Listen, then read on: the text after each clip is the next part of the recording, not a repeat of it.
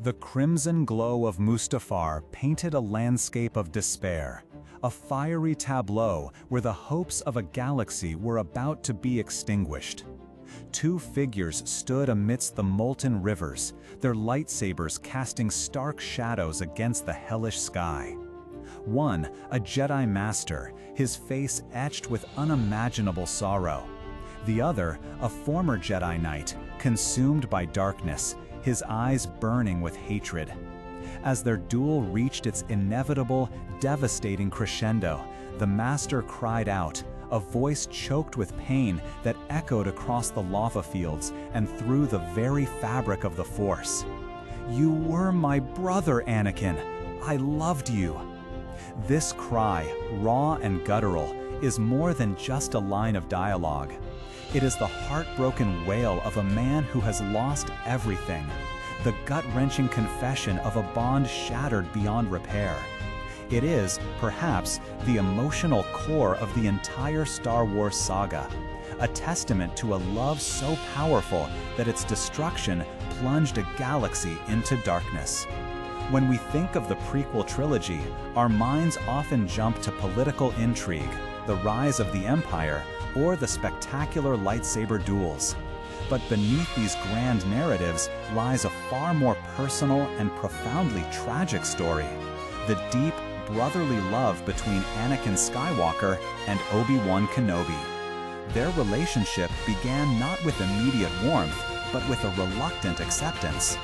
Obi-Wan, a freshly minted Jedi Knight, was tasked by his dying master, Qui-Gon Jinn, to train the exceptionally powerful, yet fear-ridden young boy from Tatooine. It was a burden, a promise made in the shadow of loss. Yet, from that foundation of duty, something extraordinary grew. Obi-Wan became more than a master to Anakin. He became the family the young boy never truly had. He was the anchor, the guiding light in a life that had known only slavery and abandonment.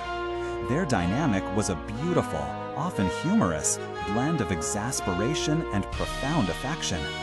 Obi-Wan's calm wisdom was constantly challenged by Anakin's impulsive nature, his youthful arrogance. We see this early on in Attack of the Clones, where Obi-Wan's sighs of frustration are almost as frequent as his moments of pride. He calls Anakin a reckless boy, but it's said with a fond, knowing smile, not true anger. Their banter was legendary, a rapid-fire exchange of dry wit and playful jabs that masked a deep, unshakable bond. Think of their dynamic at the beginning of Revenge of the Sith, rescuing Palpatine. "Another happy landing," Obi-Wan quips, after Anakin's daring, near-disastrous maneuver. It's a shared history, a shorthand of experiences and dangers faced together. They fought side by side through countless Clone Wars battles, protecting each other, trusting each other implicitly. Obi-Wan watched Anakin grow from a gifted but unruly Padawan into a formidable Jedi Knight, a general, and indeed his closest friend. He saw the potential for greatness, not just in power, but in character. This deep trust and affection makes the slow unraveling of their relationship all the more agonizing. Obi-Wan was often the voice of caution, urging Anakin to be mindful of his attachments, to temper his emotions. But he also defended Anakin, vouched for him, believed in him even when others had doubts.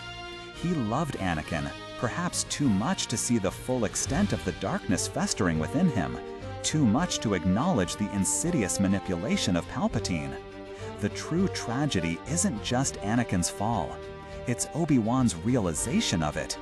The moment Mace Windu orders him to hunt down and kill Anakin, you can almost hear Obi-Wan's heart shatter.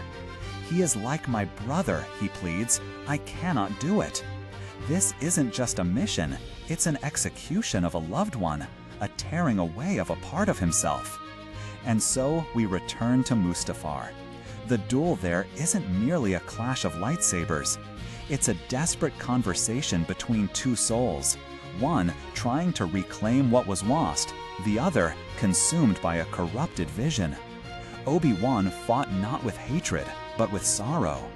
Every parry, every block was an act of profound grief, a desperate attempt to reach the brother he once knew, to save him from himself.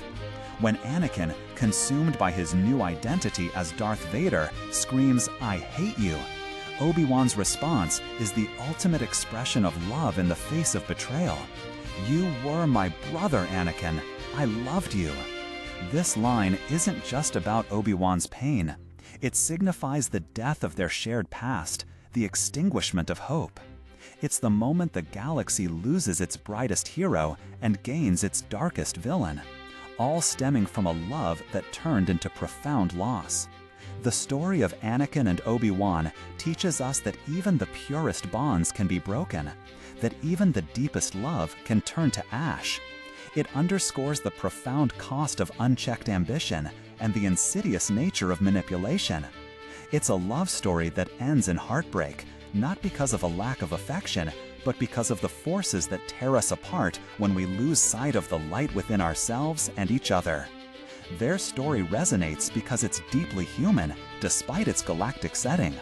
It reminds us of the fragility of relationships, the power of forgiveness, and the enduring pain of loss.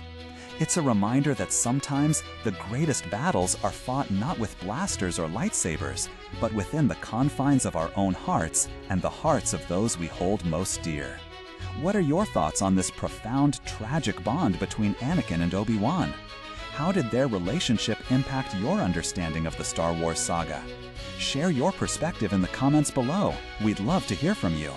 And if you enjoyed this reflection, please consider liking this video and subscribing for more explorations into the stories we cherish.